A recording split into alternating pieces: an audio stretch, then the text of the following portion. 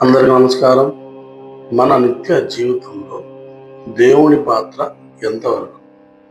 అంటే మనం ప్రతిరోజు జరిగే మన పనుల్లో దేవుని పాత్ర ఎంతవరకు ఉంటుంది? ఆయన్ని మనం ఎంతవరకు ఇన్వాల్వ్ చేయాలి? ఆయన పని ఎంతవరకు ఉంటుంది, జరుగుతుంది? అది ఇప్పుడు మనం చూద్దాం. ఉదయాన్నే లేచి రెడీ అయ్యి ఆఫీస్కి వెళ్ళడం, పనికి వెళ్ళడం, పని తర్వాత మధ్యాహ్నం తినడం, కంటిన్యూ చేయడం, సాయంత్రం అయితే ఇంటికి రావడం. ఇది మన రెగ్యులర్ అందరి జీవితాల్లో జరిగే కామన్ పాయింట్. ఇందులో మనం దేవుణ్ణి మరీ ఎక్కువగా తీసుకొచ్చి పెట్టేస్తా ఉన్నాం. ఎంతలా అంటే చాలా ఎక్కువగా. అంత అవసరం ఉందా? అసలు ఎంతవరకు తీసుకురావాలి దేవుణ్ణి అందులో? ఇప్పుడు నీ జాబ్కు సంబంధించి నువ్వు చేయాల్సిన పని నువ్వు చేయాలి. నువ్వు కష్టపడాలి. దానికి దేవుని ముడిపెట్టడం కరెక్ట్ కాదు. అలాగే నీ కుటుంబ విషయానికి సంబంధించి నువ్వు ఇంట్లో ఎలా చూసుకోవాలనేది నువ్వు చూసుకోవాలి. దానికి దేవుడి మీద పెట్టేయడం అనేది కరెక్ట్ కాదు.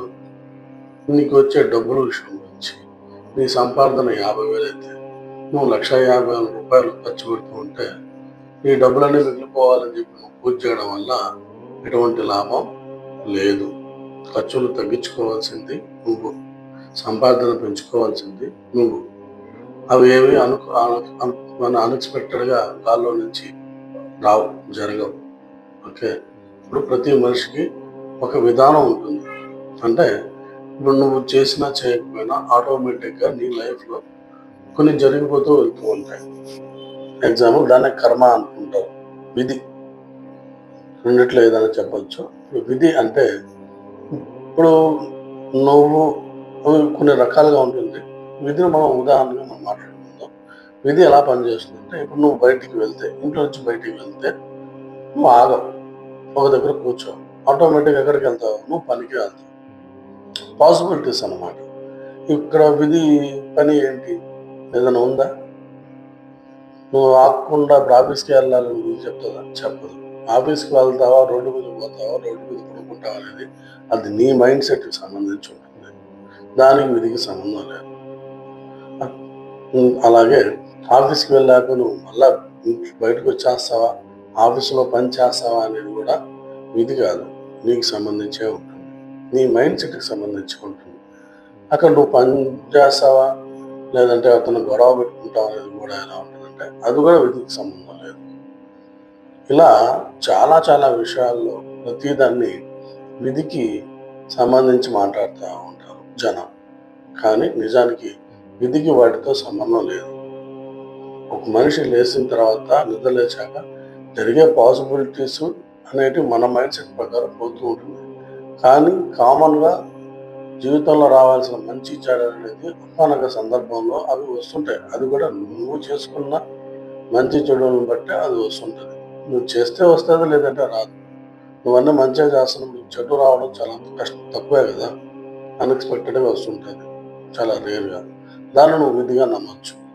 ఎందుకంటే నువ్వు చేసేదే ఏదో పనులు అయినప్పుడు నీకు చెడు రాకుండా మంచి వస్తుందా? నువ్వు అన్ని ఏదో పనులు చేస్తున్నప్పుడు నీకు మంచి వచ్చినప్పుడు దాన్ని కూడా విధి అనొచ్చు. ఎందుకంటే జరగాల్సిందే జరిగింది అనేసి.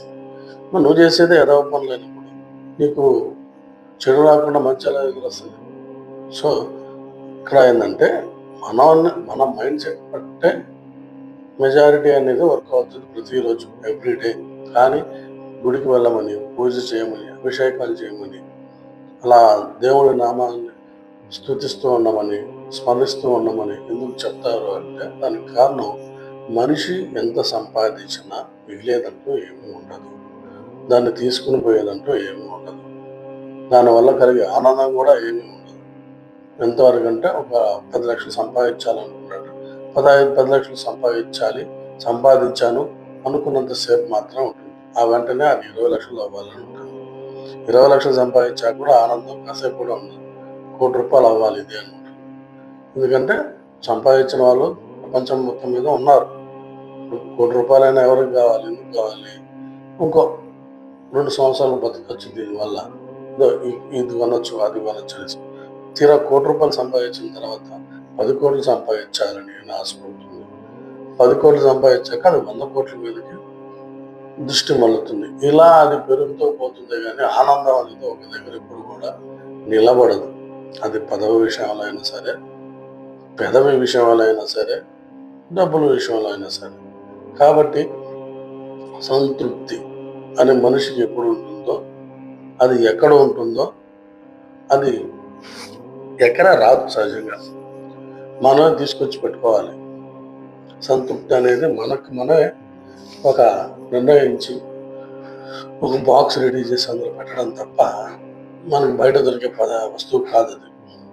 నాకు ఇది చాలు, నాకు అవసరం లేదు అని అనుకోగలిగితే వాడు అతని దగ్గర రూపాయి ఉన్నా 1000 కోట్లతో సమానం.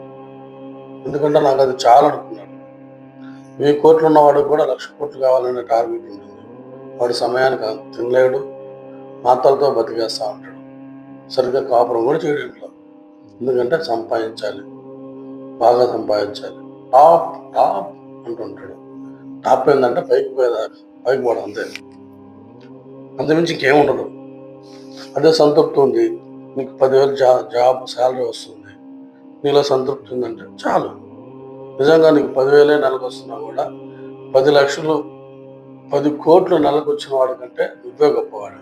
ఎందుకంటే నీలో సంతృప్తి ఉంది, నువ్వు ప్రశాంతంగా ఉన్నావు. అనుకోవచ్చు ఇబ్బందులు పావు కదా అనేసి. ఇప్పుడు గుర్తుపెట్టుకోండి, నెలకు 10,000 సంపాదించే వాడికి ఇబ్బందులు ఉంటాయి. అలాగే నెలకి 10 లక్షలు సంపాదించే వాడికి కూడా ఇబ్బందులు ఉన్నాయి. ఏ ఒక్కరు ఇబ్బందులు లేకుండా ఉన్న జీవి ప్రపంచం మీదే లేదు. ఈ భూ ప్రపంచం మీద ఇబ్బంది లేదు అన్న వ్యక్తి ఎవడైనా ఉన్నాడు అంటే నాకు వద్దు అనుకున్నవాడే. నాకు ఏది వద్దు వాడికి కూడా ఒక ఇబ్బంది ఉంటుంది. నాకు అవన్నీ వద్దు అనుకుంటే ఎందుకులా వస్తుంది అనేసి. ఈ ప్రపంచం చాలా విచిత్రంగా పనిచేస్తుంది. ఎలా అంటే మనిషి ఏదైనా కావాలి అని వెళ్తే అది వాడికి దూరంగా వెళ్తుంది. మనం ఏదైతే వద్దు అని అనుకుంటూ ఉంటామో అది మనల్ని వెంబడిస్తూ వస్తుంది. మీరు ఆలోచించారా? మీరు డబ్బు కావాలని పోతారు, అది మిమ్మల్ని వద్దు అని చెప్పి మిమ్మల్ని దూరం పెడుతుంటారు. మీరు దరిద్రం వద్దు అనుకుని దూరం పోతుంటారు, అది పరిగెత్తుకుంటే ముక్కు మీదకి వచ్చి మీకు లిప్ కిస్ ఇస్తుంటుంది. అవునా? అది ఎలా అంటే ప్రపంచ తీరు ఎంత, అది ఇదే మాయా ప్రపంచం. ఇక్కడ నువ్వు అనుకున్న దానికంటే నువ్వు వద్దు అనుకున్నదే నీ దగ్గరకు వస్తుంది ఎక్కువ. ఎందుకంటే నీకు అవసరం లేదు కదా. ఎందుకంటే దానికి చిన్న ఉదాహరణ చెప్పేస్తున్నానండి. మనందరికీ డబ్బులు కావాలి, కానీ డబ్బులు ఉన్న వాళ్ళకి మంచి కుటుంబం కావాలి, మంచి భార్య కావాలి, మంచి భర్త కావాలి, మంచి పిల్లలు కావాలి, మంచి తల్లిదండ్రులు కావాలి. ఇలా డబ్బులు ఉన్న వాళ్ళ ఆలోచనలు, వాళ్ళు కావాలనుకుంటుండేది ఇవి. ఏంటి? మంచి భార్య, పిల్లలు, భర్త, ఇవి కావాలనుకుంటారు. మనం ఏం కోరుకుంటుంటాం? డబ్బులు కావాలి, మేడలు కావాలి, బంగ్లాలు కావాలి, కారులు కావాలి, బంగారం కావాలని మనం కోరుకుంటూ ఉంటాం. కానీ మనకి మంచి తల్లి ఉంది, మంచి తండ్రి ఉన్నాడు, మంచి పిల్లలు ఉన్నారు, మంచి భార్య ఉంది, మంచి భర్త ఉన్నారు. అవి మనం లెక్కలో వేసుకోవట్లేదు. ఎందుకంటే మనం వద్దనుకున్నాం, మనకు అవసరం లేదు. మనకు కావాల్సింది డబ్బు, మన ప్రయారిటీ దాని మీద ఉంది. కాబట్టి అది దూరం వెళ్ళింది మన కాడి నుంచి. అది రావట్లేదు. మనం దానికోసం కష్టపడుతుంది, చచ్చేదాకా కష్టపడతా ఉంటాం. చచ్చాక వస్తుందేమో, అంతేగాని ఈ లోపల రాదు. కానీ మన దగ్గర ఉన్న అత్యంత విలువైనవి మనం గుర్తించట్లేదు. అదే డబ్బు ఉన్న వాళ్ళకి ఎలా ఉంటుందంటే, డబ్బులు ఉంటాయి, డబ్బులు వస్తూనే ఉంటాయి. భలే విచిత్రం అసలు. 10 కోట్లు అవుతుంది, 10 కోట్లు 100 కోట్లు అయిపోతుంది, 100 కోట్లు 1000 కోట్లు అయిపోతుంటాయి. అలా వెళ్ళిపోతూ ఉంటాయి. ఎందుకంటే వాడికి డబ్బు మీద వాడికి ఆలోచన లేదు, వాళ్ళకి డబ్బు అవసరం లేదు. డబ్బు కావాల్సి ఉంది కదా. మనకి ఎలా అయితే ఈ కుటుంబం ఇవన్నీ కూడా ఉన్నాయి కాబట్టి మనం ఎలా పట్టించుకోవట్లేదో, వాళ్ళు అదేవిధంగా ఆ డబ్బుల విషయంలో పట్టించుకోవాలి. కాబట్టి అవి పెరుగుతూ ఉన్నాయి. ఇక్కడ మనకి వీళ్ళు ఉన్నారు, అక్కడ వాళ్ళకి ఆ డబ్బు ఉంది. వాళ్ళకి అక్కడ మనుషులు లేరు, మనకి ఇక్కడ డబ్బు లేదు. పూర్తిగా ఆపోజిట్గా అనిపిస్తారా? అది ఏంటి అంటే అది మన మైండ్ సెట్. మనం ఉన్నదాన్నితో సంతృప్తిగా ఉన్నామంటే అంతకు మించి మంచి జీవితం అనేది ఈ భూ ప్రపంచం మీద లేదు, లేదు, రాదు. ఇక్కడ లేనిది ఇంకెక్కడా లేదు. ఇప్పుడు రాంది ఇంకెప్పటికీ రాదు. దీంట్లో చాలా పెద్ద అర్థం ఉంది. అర్థం చేసుకునే వయసును బట్టి, మైండ్ సెట్ని బట్టి మీకు అర్థమవుతుంది.